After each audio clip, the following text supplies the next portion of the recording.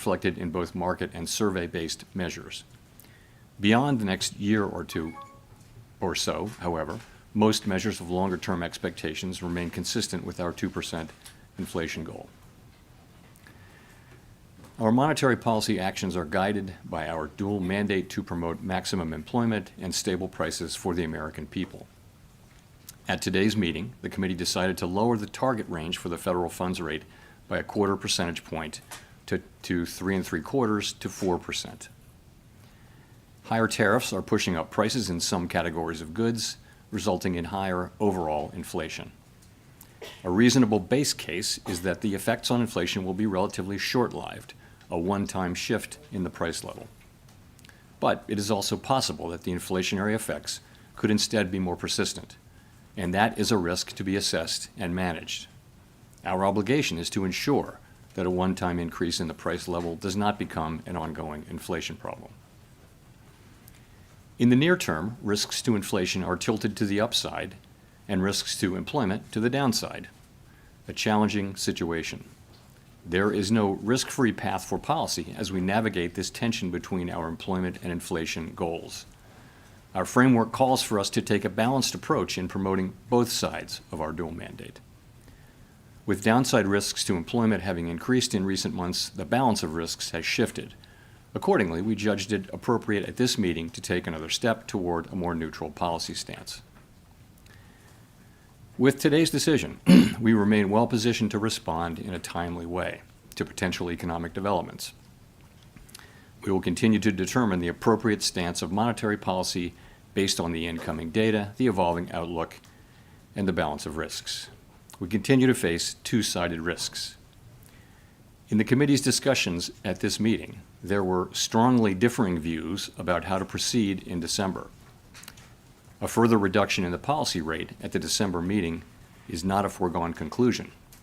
Far from it. Policy is not on a preset course.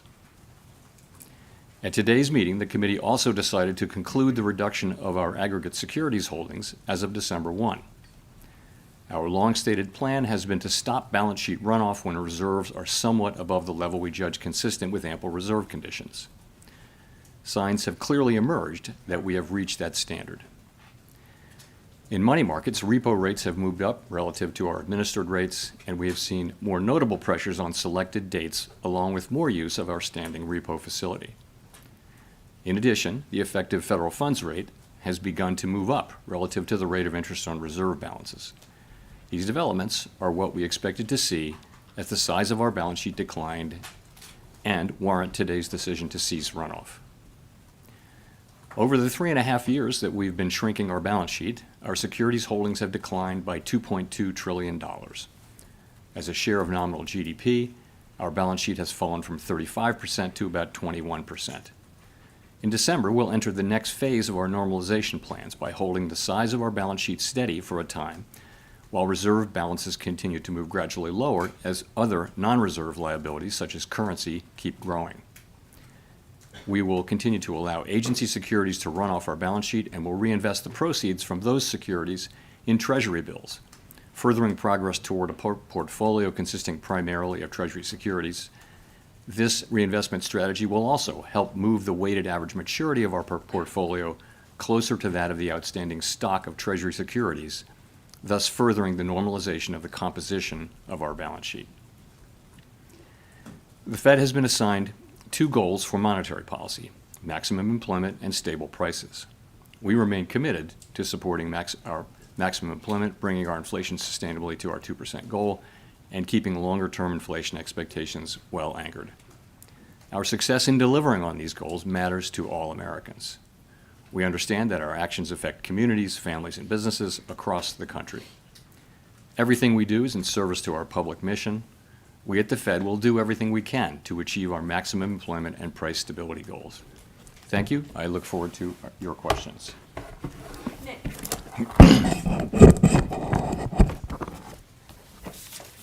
Nick Timmeros of the Wall Street Journal. Chair Powell, are you uncomfortable with how market pricing has assumed a rate cut is a foregone conclusion at your next meeting? Well, as I just mentioned, a further reduction in the policy rate at the December meeting is not a foregone conclusion, as I've just said. So I would say that needs to be taken on board. We had, I would just say this, 19 participants on the committee. Everyone works very hard at this and takes their obligations to serve the American people very seriously. And at a time when we have tension between our two goals, we have, strong views across the committee. And as I mentioned, there were strongly differing views today. And the takeaway from that is that we haven't made a decision about December. And, we're going to be looking at the data that we have, how that affects the outlook and the balance of risks. And I'll just say that. You and some of your colleagues have framed last month and maybe today, I won't put words in your mouth, there's a risk management exercise. At what point do you conclude that you've taken out enough insurance? Are you looking for some kind of improvement in the outlook, or could this unfold along the lines of last year, where you made a sequence of adjustments and then waited to gather more information? So the way I've been thinking about it is the risks to the two goals. For a very long time, the risk was clearly of higher inflation. And then that has changed now. And as we saw particularly after the July meeting, we saw the downward revisions in job creation, we saw a very different picture of the labor market, and it suggested that there were higher downside risks to the labor market than we had thought. And that suggested that policy, which we had been holding at a I would say modestly, others people would say moderately restrictive level, needed to move more in the direction over time of neutral. If the two goals are sort of equally at risk, then you ought to be at neutral, because one of them's calling for you to hike and one of them's calling for you to cut. So if that got back into balance, then you'd want to be roughly at neutral. So in that sense, it was a risk management. And I would say the same about today, sort of the same logic. But as I mentioned, going forward is a different thing. Claire. I'm Claire Jones, Financial Times. Thank you for taking this question. We've just heard from you that the discussion in December and the conclusion of the discussion is not a foregone conclusion. I'd like to just dig into that a little bit more about what sort of arguments were brought up. Was there any consideration, for instance, of the investment we're seeing in AI and some of the generation of household wealth through rises in stock prices related to the AI boom? Thank you. I wouldn't say that's a factor in everyone's assessment of the economy. I wouldn't say it's the driving factor. I don't think for anybody. I guess I would say it this way. Once again, I would just point out that we have the situation where the risks are to the upside for inflation and to the downside for employment. We have one tool. It can't do both of those. You can't address both of those at once. You've got a very different situation. So you have some people have different forecasts, right? So they'll forecast faster or slower progress on one or the other, and they also have different levels of risk aversion. And some will be more averse to inflation overruns, and some will be more averse to underruns of employment. And so you put that together, and as you can see from the SEP and from the public discussion that goes on between the meetings when participants go out and talk, they're very disparate views, and they were reflected in strongly differing views in today's meeting, as I pointed out in my remarks. And that's what leads me to say that, that we haven't made a decision about December. I always say that. It's a fact that we don't make decisions in advance. But I'm saying something in addition here, is that it's not to be seen as a foregone conclusion. In fact, far from it. Can I just ask a quick follow-up on QT? How much of the fund impressions we've seen in money markets are related to the U.S. Treasury issuing more short-term debt? That could be one of the factors, but the reality is we've seen, the things that we've seen, higher repo rates and federal funds rate moving up. These are the very things that we look for. We actually have a framework for looking at, what the place we're trying to reach. What we said for a long time now is that when we feel like we're a bit above what we consider a level that's ample, that we would freeze the size of the balance sheet. Of course, reserves will continue to decline from that point forward as non-reserve liabilities grow. So this happened, some things have been happening for some time now, showing a gradual tightening in money market conditions.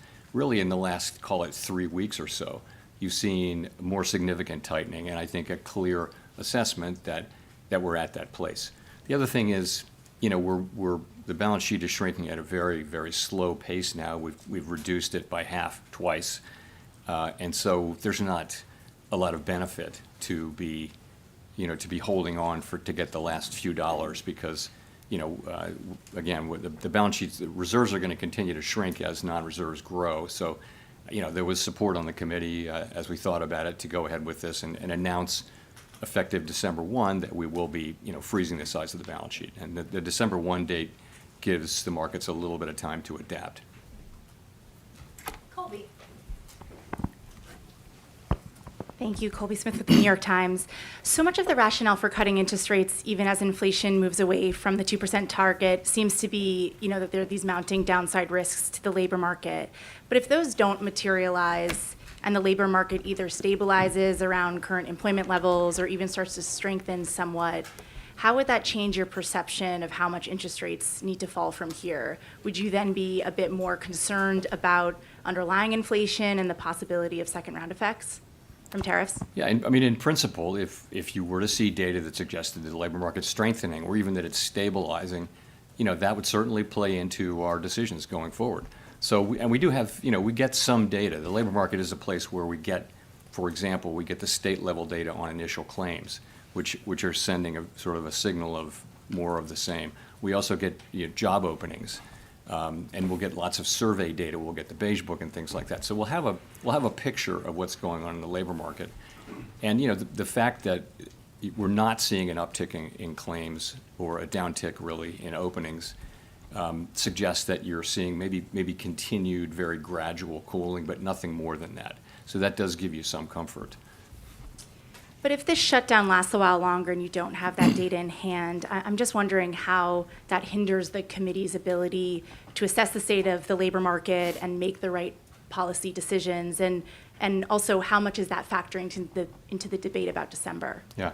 So we get like I mentioned what we get in the labor area. We get some data in inflation, some data in economic activity. And we'll have a picture of what's going on. We also will have the Beige Book again. I would say we're not going to be able to have the detailed feel of things. But I think if there were a significant or a material change in the economy one way or another, I think we'd pick that up through this. So in terms of how it might affect December, it's really hard to say. December's the meeting's like 6 weeks away. We just don't know what we're going to get. If there is a very high level of uncertainty, then that could be an argument in favor of caution about moving, but we'll have to see how it unfolds. Steve. Steve Leisman, CNBC. Mr. Chairman, can you characterize the meeting in terms of, you said strongly differing views. Was this a close call, this cut, or was it a close call maybe the other way because you had dissents on both sides? Thanks. So I was referring to the discussion about, to the extent it related to December. You saw we had two dissents, one for 50 and one for no cut. So, that was a strong, solid vote in favor of this cut. The strongly differing views were really about the future. What does that look like? And I think people are saying, they're noticing stronger economic activity. Forecasters generally, broadly, have raised their economic growth forecasts for this year and next year, in some cases quite materially. In the meantime, we see, a labor market that's kind of, I don't want to say stable, but it's not clearly in motion. It's not clearly declining quickly in any case. It may be just continuing to gradually cool. And again, people have different forecasts and expectations about the economy and different risk tolerances. And so there's you read the SEP, you read the speeches, there are differing views on the committee, and to the point where I said what I said. And just to follow up on the balance sheet, if you stop it, the runoff now, does that mean you have to go back to actually adding assets sometime next year so that the balance sheet doesn't shrink as a percent of GDP and become a tightening factor? So you're right. The place we'll be on December 1 is that the size of the balance sheet is frozen. And as mortgage-backed securities mature, we'll reinvest those in Treasury bills. which will foster both a more treasury balance sheet and also a shorter duration. So that's what, in the meantime, if you freeze the size of the balance sheet, the non-reserve liabilities, currency, for example, they're going to continue to grow organically. And because the size of the balance sheet is frozen, you have further shrinkage in reserves. And reserves is the thing that we're managing that has to be ample. So that'll happen for a time, but not a tremendously long time. We don't know exactly how long. But at a certain point, you'll want to start reserves to start gradually growing to keep up with, the size of the banking system and the size of the economy. So we'll be adding reserves at a certain point, and that's the last point. Even then, we didn't make decisions about this today, but we did talk today about the composition of the balance sheet, and there's a desire that the balance sheet be, right now it's got a lot more duration than the outstanding universe of Treasury securities. And we want to move to a place where we're closer to that duration. That'll take some time. We haven't made a decision about the ultimate endpoint, but we all agree that we want to move more in the direction of a balance sheet that more closely reflects the outstanding treasuries, and that means a shorter duration balance sheet. Now, this is something that's going to take a long time and move very, very gradually. I don't think you'll notice it in market conditions, but that's the direction of things. Janelle. Janelle Marte with Bloomberg. How are officials interpreting the latest CPI report? So some components came in lower than expected, but core inflation was still at 3%. So at this moment, what are you learning about the drivers? And also, do you view that the risks are greater that the Fed makes a mistake on employment or inflation? So the September CPI report, we didn't get PPI after that, which is important for translation into what we look at, which is PCE inflation. But we can still make a pretty good assessment of what that will be. When we get PPI, there might be some adjustments. But so directionally, it was a little softer than expected, and we always break it down into the three components. So basically, you've seen goods prices increasing, and that's really due to tariffs. And that's compared to a longer run trend of very, very mild deflation in goods. So that's moving inflation up. On the other side of that, good news that housing services inflation has been coming down and is expected to continue to come down. So if you remember a couple of years ago, that's the one that we kept expecting it to do that. Now it's been doing that for some time, and we'll expect to continue that. That leaves the biggest category is services other than housing services. And that's kind of been moving sideways over the last few months, but a significant part of that is non-market services. And we don't take a lot of signal about the tightness of the economy from that. So if you add all that up, a couple things to say. One is that inflation away from tariffs is actually not so far from our 2% goal. We estimate, people have different estimates of what that is, but it might be, 5 or 6 tenths, and so that if it's 2.8, then core PCE, not including tariffs, might be 2.3 or 2.4 in that range, something like that. So that's not so far from your goal. So that we look at that, and the thing about tariff inflation is the base case is that it will come, and it probably will increase further. But it is that it will be a one-time increase. And, we've been very focused for all of this year at making sure that that's the case and thinking carefully about what are the pathways through which it could become something else, troublesome inflation. One of those would be, a really tight labor market. We don't see that. Another could be inflation expectations moving. We don't see that. So I think, we're watching this very carefully. I think it's not the case that we're just assuming that it's going to be a one-time inflation. We understand fully that this is a risk we have to monitor and ultimately manage. With the stubborn in services inflation, what are some of the things that the Fed could do to address that, and especially when we're seeing potentially labor supply challenges? Sorry, say the first. The stubborn services inflation that you mentioned. Services inflation, yeah. Well, again, the part of services inflation that isn't coming down as we would like it to is the non-market part of non-housing services. And, overall, that's just something that we expect will come down. The non-market part of it should come down. It largely reflects higher stock prices and financial services that are imputed rather than actually paid is a big part of that. But also just, we think policy is still modestly restrictive in my telling. So that's the kind of thing that should lead to a gradually cooling economy. That's one of the reasons you see a gradually cooling labor market, is because, the Fed policy is modestly restrictive. So that should also help get that. I want to say, though, we're absolutely committed to returning inflation to 2%. If you look at longer-term surveys or market pricing, you will see that's a credible commitment, and there should be no question that that's where we're going. Chris. Great, thank you. Chris Rugaber at Associated Press. So there's a big investment boom in AI infrastructure right now, as you know, and wondering if the existence of such a boom would indicate that rates are not that restrictive after all, and could further rate cuts at this point perhaps fuel an excess level of investment there or market bubbles. How is the Fed thinking about that? So I don't think that you're right. There are a lot of data centers being built and other investments being made around the country and around the world. Big U.S. companies are just investing a lot of resources in thinking about how AI, which will be based on those data centers, run through those data centers, is going to affect their businesses. So it's a big deal.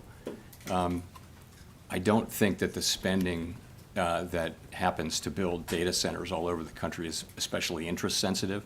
It's based on longer run assessments that this is an area where there's going to be a lot of investment and that's going to drive higher productivity and that sorts of things. I don't know how those investments will work out, but I don't think they're particularly interest sensitive compared to some of the other sectors. And then just a quick follow-up. You mentioned that you do have data that you're looking at for inflation and growth in the absence of government data. Could you give us a sense? I think we know a lot about the jobs data that's out there. Can you give us a sense of what you're looking at to track inflation in the absence of government data? Thank you. So it's a lot of things, and it doesn't replace government data, but you know all of these. I'll just mention some of the many names: Price Stats, Adobe, and others. For wage inflation, there's ADP data.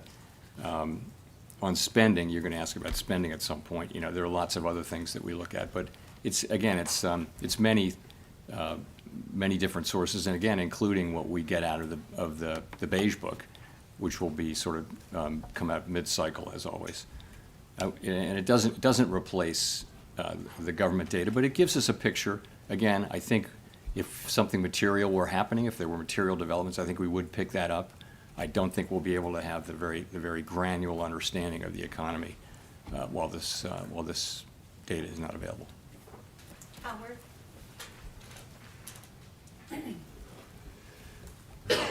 Howard Schneider with Reuters. Thank you. I just wanted you to elaborate a little bit on what you said a moment ago about a continued shutdown, making it more difficult to make a move in December, and that may make you more cautious. To the degree you are relying on private data that isn't the gold standard, or that you're relying on your own surveys or the Beige Book, do you worry at some point you're going to have to start making policy by anecdote? This is a temporary state of affairs, and we're going to do our jobs. We're going to collect every scrap of data we can find, evaluate it, and think carefully about it. And that's our jobs. That's what we're going to do. If you ask me, could it affect the December meeting? I'm not saying it's going to, but yeah, you could imagine that what do you do if you're driving in the fog? You slow down. So that could or could not. I don't know how that's going to play into things. We may get the data may come back, but there's a possibility that it would make sense to be more cautious about moving. I'm not committing to that. I'm just saying it's certainly a possibility that you would say we really can't see, so let's slow down. As a follow-up in the debate on this meeting, we saw recently some pretty big layoff announcements coming from Amazon and others. Wondering if that figured into the discussion at all, that you're starting to see this tension between growth and employment starting to be resolved, to the detriment of employment. And secondly, some of the stress is starting to appear in the bottom spur of the K, as they call it, household health premiums that are going to possibly be going up quite substantially, things like that. Has that started to become a factor in your policy discussion? So those are both things that we're watching very, very, very carefully. To start with the layoffs, you're right. You see a significant number of companies either announcing that they are not going to be doing much hiring or actually doing layoffs, and much of the time they're talking about AI and what it can do. So we're watching that very carefully. And yes, it could absolutely have implications for job creation. We don't really see it in the initial claims data yet. Now, it's not a surprise that we don't. It takes some time for it to get in there, but we're watching that really carefully. But again, don't see it yet in the initial claims data. On the K-shaped economy thing, I would say the same thing or similar thing. We are. If you listen to the earnings calls or the reports of, big public consumer-facing companies, many of them are saying that there's a bifurcated economy there, and that consumers at the lower end are struggling and buying less and shifting to lower-cost products, but that at the top, people are spending at the higher income and wealth, and so much. Anecdotal data on that, and so we think there's something there. Edward. Thank you, Edward Lawrence with Fox Business. So, Mr. Chairman, I want to take another crack at the further reduction of rates is not a foregone conclusion. So in December, you said far from it. So if a cut might not be on the table for December because of lack of data, what does the other concerns then stem from? So if it's not lack of data as the reason December is not a foregone conclusion, what other things could be the concern then? Well, the perspectives of people on the committee that, we've now moved 150 basis points, and that we're down into, you're into that range between 3 and 4 where many estimates of the neutral rate live in that 3 to 4% area. You're there now. You're above the median number for the committee, but I think there are people on the committee who have higher estimates of the neutral rate, and that's you can argue these positions since it can't be directly observed, the neutral rate. So, I think for some part of the committee, it's time to maybe take a step back and see whether there really are downside risks to the labor market, or see whether in fact the growth that the stronger growth that we're seeing is real. Ordinarily, the labor market is a better indicator of the momentum of the economy than the spending data. That's the lore. In this case, that gives a more downbeat read. So people just have, again, we've cut 50 more basis points in the last 2 meetings, and there was a sense like, from some, let's pause here, kind of thing, and a sense from others wanting to go ahead. But that's why I say differing views, strongly differing views. Yeah, so on that division then, you're talking about going forward. So what's more important in this division? Is it inflation risks? Is it employment risk? Or is there a deeper philosophy division among the board? Look, everybody on the committee is deeply committed to doing the right thing to achieve our goals, maximum employment and stable prices. You have differences on how to do that. And as I mentioned, some of that is different forecasts, but a lot of it is also different risk aversions to the different variables, which is common through all Federal Reserves. People just have different risk tolerances, let's say. So that leads you to people with disparate views. You will know that from the speeches you've been listening to from my colleagues. And so we're at a place now where we have in fact cut 2 more times. And we're 150 basis points closer to neutral, wherever that may be, than we were a year ago. And so there's a growing chorus now of feeling like maybe this is where we should at least wait a cycle, something like that. That's what it is. It's just what you think it would be. It's, and again, you've seen it in the September Summer of Economic Projections. You've seen this in the public remarks of FOMC participants, and now I'm telling you that's what you can expect that in the minutes, and I'm just telling you that's what happened in the meeting. Elizabeth. Thank you so much. Elizabeth Schulze with ABC News. What is your explanation for why the job market is weakening right now, and what will this rate cut do to improve the job market?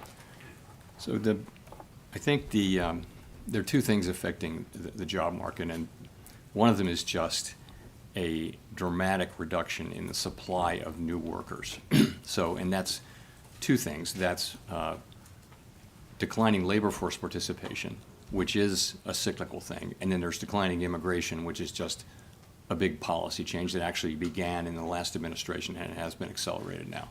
So a big part of the whole story is that supply side story. Okay. In addition, labor demand has declined, and the unemployment rate has gone down, meaning that demand for workers has gone down a little more than supply. So that's what's going on, but it is mostly a supply function. It's mostly a function of the change in supply, I think, and many people think. So the question then is, what does the our tool do, which supports demand? And and I would just say, when you're in a situation where job creation, if you adjust for likely overcounting in the way that BLS does its work, is pretty close to zero. So maximum employment doesn't, on a sustainable basis, if you're creating zero jobs, if it's in equilibrium, if it's in balance, it's a pretty, as I said before, a pretty curious balance. So, I thought, and many of my colleagues thought, in fact, you've seen the last two meetings, that it was appropriate for us to react by supporting demand with our rates. And we've done that. We've reduced so that rates are looser. I wouldn't say that they're accommodative right now, but they're meaningfully less tight than they were. And that should help so that at least the labor market doesn't get worse. Though it's a complicated situation, and some people argue that this is supply and we really can't affect it much with our tools, but others argue, as I do, that there is an effect from demand and that we should use our tools to support the labor market when we see this happening. You also talked about tariffs causing a one-time price increase. Should American household consumers expect that inflation will continue to go up this year because of those tariffs? So the basic expectation is that there will be some additional increase in inflation because it takes a while for tariffs to work their way through the production chain and finally get to consumers. And we see this now from the tariffs that were put in place now many months ago. We see those effects, but if you put tariffs in effect, and they've been coming into effect consistently in February, March, April, May, and that's all happening. So that'll continue to happen for some time, probably into the spring. These are not big increases, though. These are a tenth or so on inflation. They may be big increases on a particular product that's been tariffed, but overall, these are fairly modest. I think some projections go, we're at 2.8% inflation. You might get 2 or 3 more tenths or 4 more tenths maybe. But then, as all of the tariffs are in, they stop generating inflation. You've had a one-time price increase. As long as you're not, at least this is the theory, this is how we believe and hope that it will work out. Once the last tariff is put on something, at that point, it becomes a higher price level, but it stops going up, if you will. Prices stop going up. They'll just be at that level. And then measured inflation will come back down to non-tariff inflation. As I mentioned, non-tariff inflation is not so far from 2% now. Now, consumers are not interested in that story. Their prices are higher. More than that, the reason they're so unhappy about inflation is the inflation that we had in 2021, 2, and 3. Because you can say that prices aren't going up as much, but that doesn't mean people aren't feeling those higher prices from the inflation we had 2 or 3 years ago. They are, and that's, I think, a large part of why the public, if you sample people, inflation is still very much making people quite unhappy. Even, and it's nice that, that prices are not going up as fast as they were, but they're still much higher than they were. And it'll take some time for that effect to wear off. As real incomes rise, it will feel better over time, but that's going to take time. Michael McKee from Bloomberg Television and Radio. Do you have any concerns that equity markets are or are close to being overvalued at this point? You know, we don't look at any one asset price and say, hey, that's wrong. You know, it's not our job to do that. We look at the overall financial system, and we ask whether it's stable and whether it could withstand shocks, right? So, you know, banks are well capitalized, while some households are clearly under stress. In the aggregate, you know, households are in good shape financially, relatively manageable levels of debt. At the lower income spectrum, you are seeing rising defaults, particularly around subprime auto, but nonetheless, in the aggregate, pretty good. You don't see too much leverage in the banking system or the financial system. It's a mixed picture, but it's not an overly troubling picture. And again, I'm not. It's not appropriate. You know, we don't set asset prices. Markets do that. Well, you must be well aware that by lowering interest rates, you're contributing to additional asset price increases. And I wonder how you balance the idea that lowering rates would help the labor market with the reality that it seems more likely to be stimulating increased investment in AI, which is the rationale for thousands of job cuts that have been announced in the last few weeks. Yeah, I don't think interest rates are an important part of the AI of the data center story. I think, you know, people think they're great economics in building these data centers, and they're making a lot of money building them, and they think they have very high present value and all that sort of thing. It's not really about. It's not you know, about 25 basis points here or there. You know, we use our tools to support the labor market and to create price stability. That's what we do. That's our two jobs, right? So we're here to, by lowering rates at the margin, that will support demand, and that will support more hiring. And that's why we do it. Now, no 25 basis point or even 50 basis point hike is going to be a dispositive thing, but ultimately, you know, lower rates will support more demand, and that'll support hiring over time. And of course, we also have to be careful about this, which is what we've been doing, because we know where inflation is, and we know that, you know, I've told you the story. It's a complicated story, but this is the best assessment that we can make. But you know, because there's uncertainty around inflation and the path ahead for inflation, that's why we're going. That's why the pace we're going has been a careful one. Victoria. Hi, Victoria Guida from Politico. On AI, I'm just wondering, you know, it seems like a lot of the economic growth that we've been seeing is fed by investments in AI. So how worried are you about what a sudden contraction in tech investment would mean for the overall economy? Is there enough strength in other sectors? And specifically, are there any lessons that you take from the 1990s in how you might approach what's happening right now? Yeah, this is different in the sense that the companies that are so highly valued actually have earnings and stuff like that. So if you go back to the 90s and the dot-com, these were ideas rather than companies, and you know so there's a clear bubble there. Whereas I won't go into particular names, but they actually have earnings, and you know it looks like they have business models and profits and that kind of thing. So it's really a different thing. You know, the investment we're getting in equipment and all those things that go into creating data centers and feeding the AI, it's clearly one of the big sources of growth in the economy. Consumer spending also, though, has been, you know, is much bigger than that and has been growing and has defied a lot of, you know, negative forecasts, continuing to do so this year. Consumers are still spending. Now, it may be mostly higher-end consumers, or maybe skewed that way.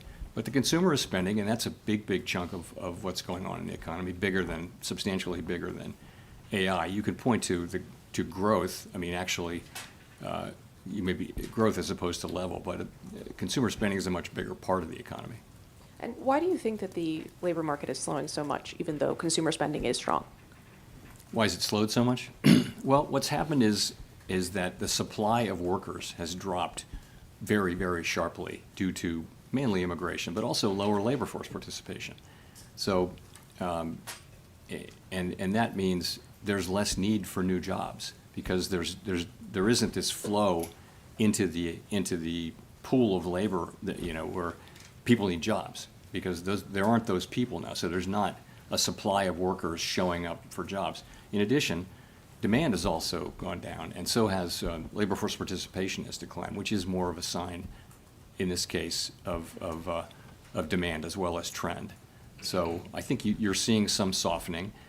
The economy's growing at a slower rate than it was, 2.4% last year. We think around 1.6% this year. It could have been a couple of tenths higher if not for the shutdown. And of course, that will reverse. But, you still got the economy growing at a moderate pace. Andrew. Hey there, Andrew Ackerman with the with the Washington Post. I wanted to ask if you could elaborate on how you think about policy in the context of the data drought. Does it make you inclined to stick with your plans as set out in September in the absence of the data that might change your mind, or does it make you inclined to proceed with added caution because of uncertainty? Yeah, well, we'll know when we face that question, if we face that question. It'll probably be argued both ways, right? But I've said a couple times here that, if you really aren't getting information and you really don't know, and the economy looks like it's solid and stable and hasn't really changed, there will be an argument. I don't know how persuasive it will be, but there will be an argument that, you slow down when you can't see as far ahead. Others may argue, I'm not sure where this argument will come up, but you're perfectly right that you could also argue, well, things haven't really changed, but you might not know that, So I don't know whether we'll face this or not. I hope we don't. I hope by the time of the December meeting we're getting, a better flow of data. But if we're going to have to do our jobs one way or the other. Okay. I also just wanted to ask a FinReg question. I think several years ago you said the overall amount of capital in the system was about right. As the Fed moves forward with a revised Basel proposal, potentially changes to the GSIB surcharge, has that changed at all? Or are you planning to significantly reduce the amount of capital in the system? Thanks. So there are discussions going on, I think, among the agencies, and I don't want to get ahead of those discussions. I continue to think that the level of capital, when I said that in 2020, was about right. And of course, there's been much capital added since then through various mechanisms. But I look forward to I know those discussions are really just getting going. They haven't come to the point where they're got a whole plan and that kind of thing. So I really don't have much to say on that.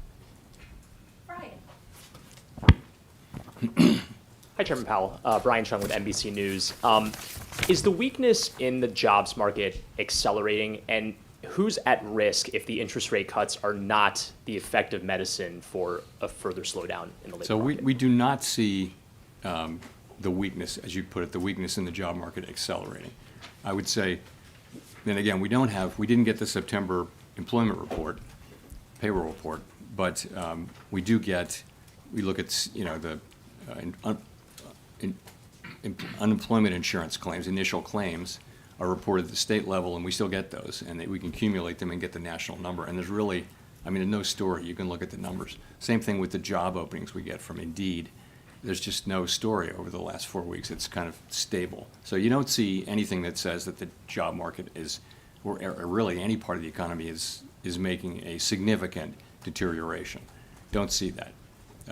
You see more things like I mentioned, though, which is you see big companies making announcements of either of layoffs or of the idea that they won't need to hire. Their number of employees is not expected to go up over a number of years. There may be different people working there. They say that too, but they don't need a bigger head count. So you see those kinds of things. You don't see it in the aggregate numbers. The layoff numbers have not gone up, but job creation is very low. And the job finding rate for people who are unemployed is very low. But the unemployment rate is very low as well. 4.3% is a low unemployment rate. So as you make these cuts, is it the lower income workers that you're thinking about, or those who might have their jobs automated? Is there a particular That we're section thinking of the of? labor market that you're particularly? So we can't, our tools don't allow us to target any demographic or any income level and that kind of thing. I do think that people, we saw this during the global financial crisis and the long recovery. If you have a long period of very strong labor market conditions, it benefits people at the lower end the most. The last 2 or 3 years of that long expansion, people at the lower part of the income spectrum were getting the biggest benefits, and lots of things were happening in that space demographically, which were very constructive. And we're not at that place right now. But so, yeah, a stronger labor market is the best thing we can do for the public. It's also part of our job.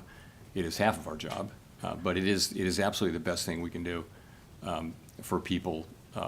Along with keeping prices stable, those two things. Inflation also hurts people on fixed incomes more than other people. Courtney. Hi, Chair Powell. Courtney Brown from Axios. As you know, the 12 Reserve Bank presidents' terms are up for renewal at the end of February. I'm wondering if you can give us a timeline for when the board will consider those reappointments and whether we can expect everyone to be re-upped or if we can expect some changes.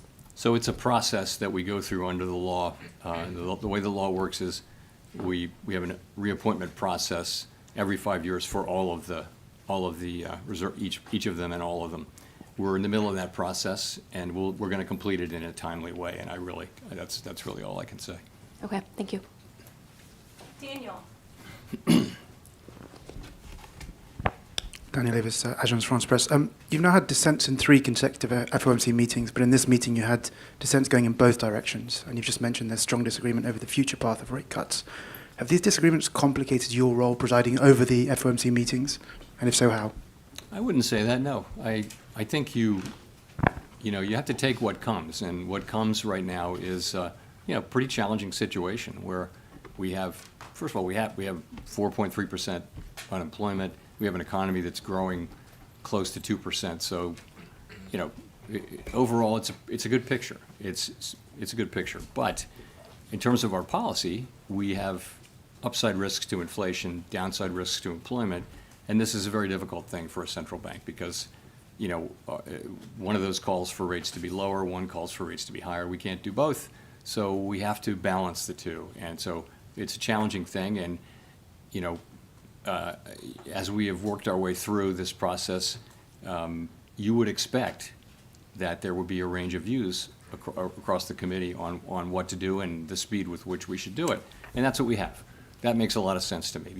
All of these people are, people who take their jobs very seriously, work very hard at this, and just want to do what's right for the American people, but they have different views on what that is. And, it's an honor to work among people who care that much. It is, but I don't feel that it's unfair or anything like that. It's a time when we're making quite difficult judgments in real time, and I believe we'll get through this, and I think we've done sort of the right thing so far this year. I think it was appropriate for us to be careful about this. I think it would not be appropriate to just ignore or assume away the inflation issue. At the same time, I think the risk of higher, more persistent inflation has declined significantly since April.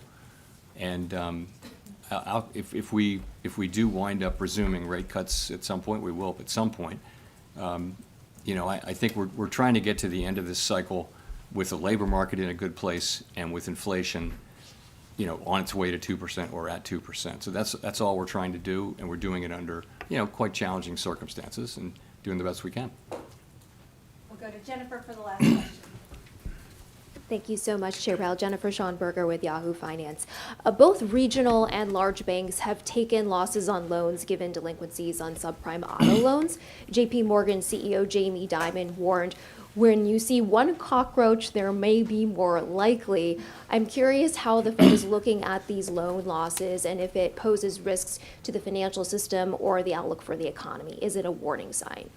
So, we're obviously we watch these things very carefully, credit conditions very carefully. You're right. You've seen rising defaults in subprime credit for some time now, and now you've seen a number of subprime credit, automobile credit institutions having significant losses, and some of those losses are now showing up on the books of banks. You know, we're looking at it carefully. We're paying close attention. I don't see at this point a broader credit issue. It doesn't seem to be something that has very broad application across financial institutions. But, you know, we're going to be monitoring this quite carefully and making sure that that is the case. And then separately, many, you yourself have said that we're in a bifurcated economy right now with high net worth individuals continuing to spend with the lower income pulling back. How much of consumer spending continuing hinges on the stock market remaining strong? In some odd way, does the market help keep the economy buoyant? So there's some relationship there, but remember, the more wealth someone has, the lower an additional dollar of wealth matters. So your marginal propensity to consume declines quite dramatically as you reach levels of stock market wealth. So, you know, the stock market, it would affect spending if the stock market went down, but it wouldn't drop sharply unless there were quite a sharp drop in the in the stock market. People at the lower end of income and wealth have a much higher marginal propensity to consume of an incremental dollar of income or wealth, but they don't have the stock market wealth. So I think it's certainly a factor supporting consumption right now. But you would see it if you saw a material correction in spending, but it wouldn't be. You shouldn't think that it'll dollar for dollar stop consumption, because that wouldn't be the case. Thanks very much.